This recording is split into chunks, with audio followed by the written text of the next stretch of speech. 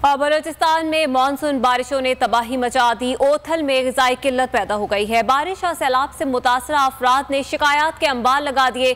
इंतजामिया की जानिब से खुराक की अदम फराहमी पर गम और गुस्से का इजहार किया जा रहा है।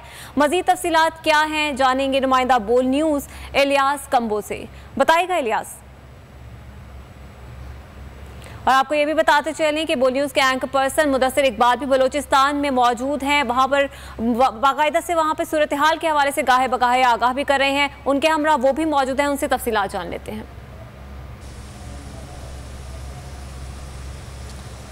जी आमना, शुक्रिया आपका बहुत। इस वक्त हम मौजूद हैं ओथल में और ओथल के गिरदोनवा में। आज दिन भर जो हमने मुख्तलिफ मौज़ायात, मुख्तलिफ गोट्स जो है वो विज़िट किए हैं। वहाँ सिचुएशन ये है कि लोगों के घर मुकम्मल तौर पर तबाह हो चुके हैं। कच्चे घरों की तादाद तकरीबन 80 से 90% है जो मुकम्मल तौर पर तबाह हैं। उनके माल मवेशी जो तकरीबन 50 से 60% वो पानी की नज़र हो गए, बह गए और वो मर गए हैं। बहुत सी अमवात भी हुई हैं और अब लोग वहाँ से निकल कर कुछ अपनी मदद आप के तहत और कुछ को गवर्नमेंट ने रेस्क्यू किया है और वो मुख्तलिफ स्कूल जो हैं वहाँ पर उनको कैंप किया गया, वहाँ पर रखा गया है। लेकिन वहाँ जो सबसे बड़ा मसला है कि खुराक की कमी हो रही है। वहाँ पर NGOs तो पहुँच रही हैं लेकिन हुकूमती नुमाइंदगान हम सुबह से देख रहे हैं गायब है। कुछ देर पहले फराजीम बोल की स्क्रीन पर थी, उन्होंने बात भी की और अभी उनके फ़ोन पे भी उन्होंने कहा कि हमें वो पूरी लिस्ट भिजवाएं कि कहाँ कहाँ आप मौजूद हैं और वहाँ लोगों तक इमदाद नहीं पहुँची। हैरानकुन ये है कि ये ओथल शहर यहाँ और ये डिस्ट्रिक्ट हेडक्वार्टर है लसबेला का, जहाँ उनको हमारी मदद दरकार है। तो बोल न्यूज़ अपनी ज़िम्मेदारियाँ अदा करते हुए लम्हा बलम्हा आगाह कर रहा है, हुक्मरानों को झंझोड़ रहा है कि उनके अपने सूबे के अंदर किस तरह से बैड गवर्नेंस है। कुदरती आफत थी, यकीनी तौर पर उसका मुकाबला नहीं हो सकता, लेकिन उसके बाद जो रेस्क्यू है उसका अमल हो सकता है। हमारे साथ यहाँ जो हमारे नुमाइंदे हैं वो मौजूद हैं। इलियास कंबो। इलियास साहब, दिन भर हम ये देख रहे थे लोग NGOs पहुंच रही हैं, लोग पहुंच रहे हैं मकामी तौर पर, हुकूमती नुमाइंदगान फ़ोन करने के बावजूद हमें नहीं मिल पा रहे, वो कहाँ हैं? ये इसी वजह से तो इन मुतासरीन के अंदर बड़ा शदीद गम गुस्सा आपने महसूस किया होगा। ये बता रहे हैं कि इन्हें माँ सवाए 1-2 दिन के अलावा कभी भी इनको इंतज़ामिया की जानिब से कोई खुराक नहीं पहुँचाई गई और इस पे ये बहुत शदीद गुस्से में है और इनका ये मुतालबा है और वो हक बजानिब भी हैं कि इन्हें हुकूमती जानिब से, इन हुकूमती एहलकारों की जानिब से खुराक के साथ साथ तिब्बी सहूलियात और टेंट वगैरह फराहम किए जाने चाहिए। आपने बजा फरमाया कि आज जिन भी इलाकों में जो आपने सैलाब की तबाहकारियाँ देखी तो आदमी के खून के आंसू रोने पे मजबूर हुआ है कि इतनी तबाही और बर्बादी के बावजूद भी ये ब्यूरोक्रेसी, ये सुर्ख फीता, ये ख्वाब खरगोश में आराम कर रहा है। वो सारा मेरा ख्याल है वज़ीर आज़म आज विज़िट किया है, वज़ीर आला उनके साथ बिज़ी थे। उन्होंने कहा यहाँ तो कोई होगा नहीं, फोकस पाकिस्तान के मीडिया का वहाँ होगा, उससे बात कर लेते। ये जहाँ मैं मौजूद हूँ ये एक कॉलेज है, स्कूल है, ट्रेनिंग सेंटर बेसिकली।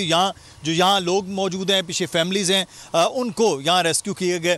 यहाँ प्रिंसिपल हैं स्कूल के, उनसे बात कर लेते हैं। कितनी फैमिलीज़ यहाँ पर आई हैं और क्या सिचुएशन कब से यहाँ पर है? शुक्रिया सर। ये पहले दिन से यानी 25 तारीख को जो सैलाब की जैसे इतला आई तो DC साहब के हुक्म पे रात का टाइम था तो मैंने कोशिश की, अपने जितना लोकल स्टाफ था उथल का, तो नेटवर्क था ही नहीं, बाइक पे जाकर उनको सबको बुला के रात कमरे खुलाए, क्योंकि हमारे पास तो स्टूडेंट बैठते हैं तो उनके लिए फर्नीचर होता है क्लास में, तो बड़ा मुश्किल था। तो सारे बच्चे बेचारे पहुँच गए और तकरीबन पहली रात मिलकर 25 फैमिलियाँ तो पहुंच चुकी थी। नहीं तो उसके बाद कोई इमदाद वगैरह नहीं पहुंची है? सर इमदाद तो अभी उनका एक नुमाइंदा था लेवीज सिपाही, वो तो आया था। 1-2 दिन हमने देखा बिरयानी कोई आ रही थी शापर में, थैलियाँ नहीं थी, वो शापर थी, शापर में बिरयानी आ रही थी। फिर एक दिन मैं बैठा था तो बिरयानी आई, इन्होंने तो वापस कर दिया कि हमारे खाने के काबिल नहीं है, मतलब कच्चे चावल थे या कुछ क्या मसला था, ये वापस कर दिए। उसके बाद नहीं। अच्छा, यहाँ मकामी सहाफ़ी भी सुबह से हमारे साथ वो हैं, उनसे भी बात कर लेते हैं। पीर बख्श, ये कुछ ऐसे एरियाज़ हमें बताए जा रहे हैं कि जहाँ पर तो पूरे रास्ते ही बंद हो चुके हैं, तकरीबन को 20 से 25 हज़ार फैमिलीज़ हैं, वो बिल्कुल वहाँ पर मैसूर होकर रह गई हैं। तो वहाँ तो हुकूमत का पहुँचना क्या मतलब बहुत मुश्किल है, वहाँ को उनको रेस्क्यू करने का क्या मसाइल वहाँ? जी मुदस्सिर भाई, ये इलाका है लाखड़ा, अच्छा। ये लाखड़ा जो है इसका राब्ता तकरीबन कोई ज़मीनी राब्ता जो है वो 8 दिन से मुनक़ता हो चुका है और इलाके का नाम ओडकी है। अभी भी वहाँ तकरीबन ऐसे सैकड़ों लोग हैं जो वहाँ पर मौजूद हैं। वहाँ पर खाने पीने की जो इशा है वो नापेद हो चुकी है और जो लाखड़ा शहर है वहाँ जो दुकानदारी है उनके पास भी अब जो इशा खोरनोश है वो मुकम्मल तौर पर ख़त्म हो चुकी है। दूसरा एक इलाका है कनराज, वो भी पहाड़ी इलाका है, लसबेला का दूर अबदादा इलाका है, उसका भी जो ज़मीनी राब्ता है वो मुकम्मल तौर पर मुनक़ता। इत्तलात क्या आ रही हैं इस वक्त, वहाँ क्या सूरत हाल है? सर इस वक्त उनके पास सूरत हाल ये है कि भूख व अफलास में वो लोग मुब्तला हो चुके हैं, लोग मर रहे हैं। आज भी एक बंदा जो है वो सामान लेने के लिए आ रहा था, उसने कोशिश की तो पानी गहरा था, वो गहरे पानी में मर चुका है। जबकि वहाँ एक औरत आई थी जिसका ताल्लुक सिंध से था, उसने बताया कि हमारे 6 बंदे जो हैं मुकम्मल तौर पर लापता हैं, सैलाब में बह चुके हैं। लोग जो हैं वो बेयारो मददगार बैठे हुए हैं। इंतजामिया की तरफ से हेली के ज़रिए तो उनके पास जो रिलीफ और रेस्क्यू ऑपरेशन किया गया लेकिन वो भी न होने के बराबर रहा। क्योंकि ठीक है, मुदस्सिर इकबाल इस वक्त ओथल में मौजूद हैं और दिन ब दिन की सूरत हाल के हवाले से हमें वो वक्फे से बता रहे हैं और मुदस्सिर आपसे मजीद भी जानते रहेंगे। वज़ीर-ए-आज़म शहबाज शरीफ का बलूचिस्तान में सैलाब ज़दा इलाकों का दौरा, रिलीफ कैंपों में सहूलियात ना मिलने पर इज़हार बरहमी। मुतल्लिका अफसरान मुअत्तल कर दिए, सूबाई हुकूमत के साथ मिलकर मुतासरीन की बहाली की यकीन दहानी की, लवाहिकीन और मुतासरीन को फौरी मुआवजा अदा करने का हुक्म दे दिया। कहा कीमती जानों के नुकसान के साथ इंफ्रास्ट्रक्चर भी तबाह हुआ, चैलेंज बड़ा है, मिलकर मुकाबला करेंगे, आखिरी घर आबाद होने तक चैन से नहीं बैठेंगे। शहबाज शरीफ का बलूचिस्तान में सैलाब ज़दा इलाकों का दौरा, रिलीफ कैंप्स में सहूलियात न मिलने पर इजहार बरहमी, मुताल्लिका अफसरान मुअत्तल। शहबाज शरीफ कोयटा पहुँचे तो वज़ीर आला बलूचिस्तान अब्दुल कुद्दूस बजिंजो, हुज़ुरा और अरकान असेंबली ने उनका इस्तकबाल किया। चीफ सेक्रेटरी ने नुकसानात और इमदादी सरगर्मियों के बारे में बताया। वज़ीर आज़म किला सैफुल्ला पहुँचे तो रिलीफ कैंपों में मुतासरीन को खाना और पानी न मिलने की शिकायत पर मुताल्लिका अफसरान को मुअत्तल कर दिया। कहा सूबाई हुकूमत के साथ मिलकर मुतासरीन की बहाली और आबादकारी समेत नुकसानात का इजाला करेंगे। ये वफाक की तरफ से 10 लाख रुपए, जनाब बंजुंजी साहब ने 10 लाख रुपए अलहदा सूबे की तरफ से इन्होंने तकसीम चेक कर दिए हुए हैं। इसी तरीके से जो जख्मी हैं उनको भी इमदाद दी जाएगी फिलफौर। वज़ीर आज़म ने मजीद कहा कि लवाहिकीन को 20 लाख रुपए दिए जा रहे हैं, 10 लाख वफाकी हुकूमत और 10 लाख रुपए सूबाई हुकूमत देगी। वफाक की जानिब से 10 लाख रुपए फिलफौर दिए जाएंगे। आपको बताएं कि इमरान खान का जुमेरात को इलेक्शन कमीशन के बाहर एहतजाज करने का ऐलान, पार्टी के नेशनल कौंसिल से खिताब में कहा कि हम चीफ इलेक्शन कमिश्नर से इस्तीफे का मुतालबा करते हैं। इमरान खान ने चीफ इलेक्शन कमिश्नर पर जानिबदारी का इल्ज़ाम लगाते हुए जोर दिया कि इलेक्शन कमिश्नर का झुकाव सियासी जमात की तरफ है और ये बात किसी से ढकी छिपी नहीं है। मौजूदा चीफ इलेक्शन कमिश्नर के तहत शफाफ इलेक्शन का इनेकाद किसी तरह से मुमकिन नहीं है। इलेक्शन कमिश्नर को जाना होगा। इलेक्शन कमिश्नर के खिलाफ इलेक्शन कमीशन के बाहर पाकिस्तान तहरीक इंसाफ पुरजोर एहतजाज करेगी। हम चाहते हैं कि इलेक्शन कमिश्नर फौरी तौर पर मुस्ताफ़ी हों। ईवीएम से धांधली के 130 तरीके ख़त्म हो जाएंगे। भारत और ईरान में ईवीएम को इस्तेमाल किया जा रहा है। इलेक्शन में धांधली का इनका बनाया हुआ सिस्टम है। पाकिस्तान के इलेक्शन में जो हारता है वो शिकस्त तस्लीम नहीं करता। कि जो वो फ्री एंड फेयर हो, लोग समझें, उसको प्रोसेस में बिलीव करें कि इन्होंने एक गवर्नमेंट को डिस्टेबलाइज किया। इसलिए नहीं कि वो गवर्नमेंट करप्शन कर रही थी, इसलिए नहीं कि वो मुल्क की मईशत को सही रास्ते पर नहीं लेके जा रही थी।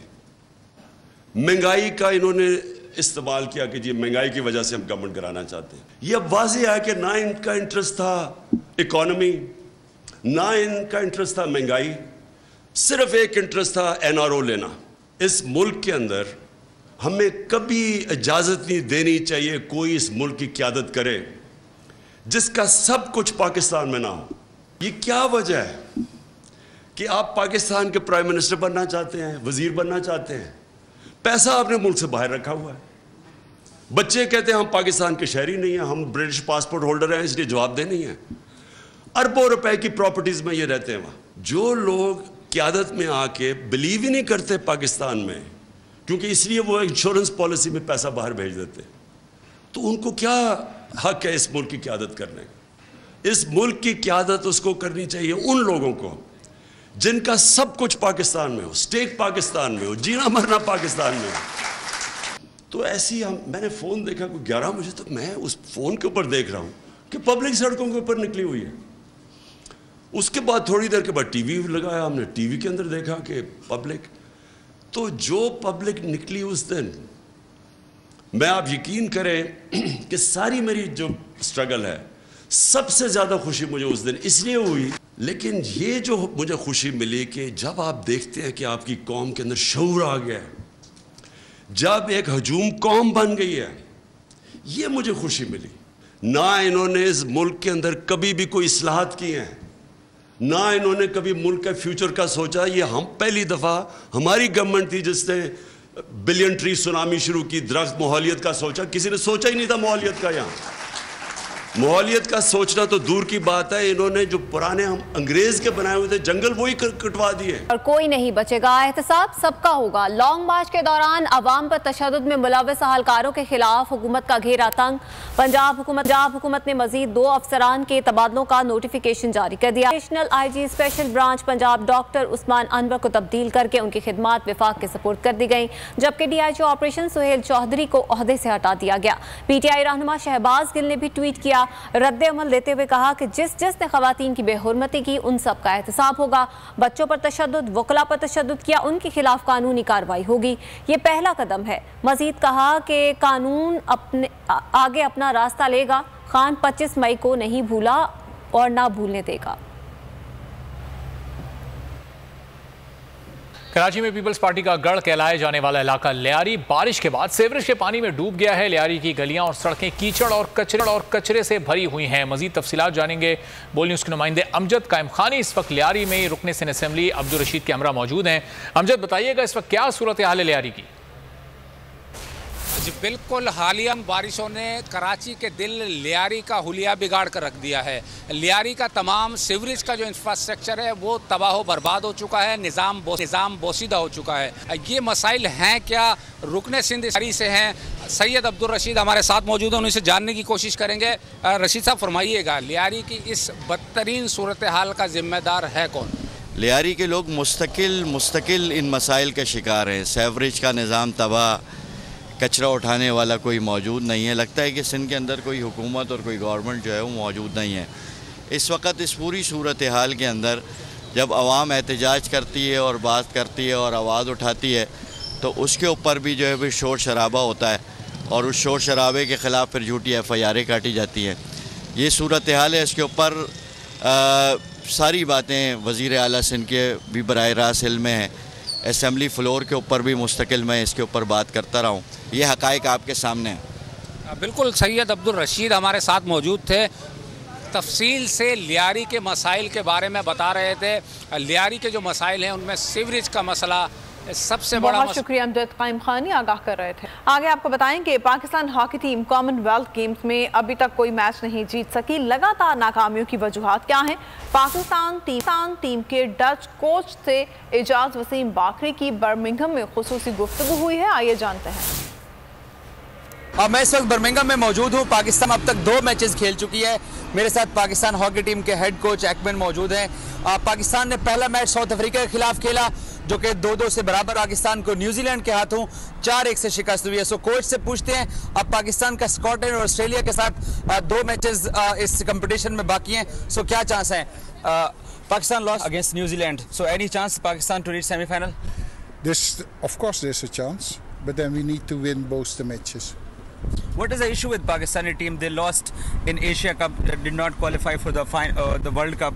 What's the problem, you ask? The problem is that there's no coaching structure in Pakistan. They have no knowledge about modern hockey. Children are still taught in the old-fashioned hockey. They play with 2 full-backs, 2 side halves, 1 centre half, left out, left in, center forward, right in, right out. But that hockey is not played internationally anymore. अपने coach की गुफ्तगू सुनिए, वो कहते हैं कि मेरे पास कोई ऐसी मैजिक स्टिक नहीं है कि जिससे ओवरनाइट पाकिस्तान हॉकी टीम। बहुत शुक्रिया एजाज वसीम बाकरी आपका। किसी भी खबर की तफसीलात के लिए विजिट कीजिए bolnews.com और देखते रहिए बोल न्यूज।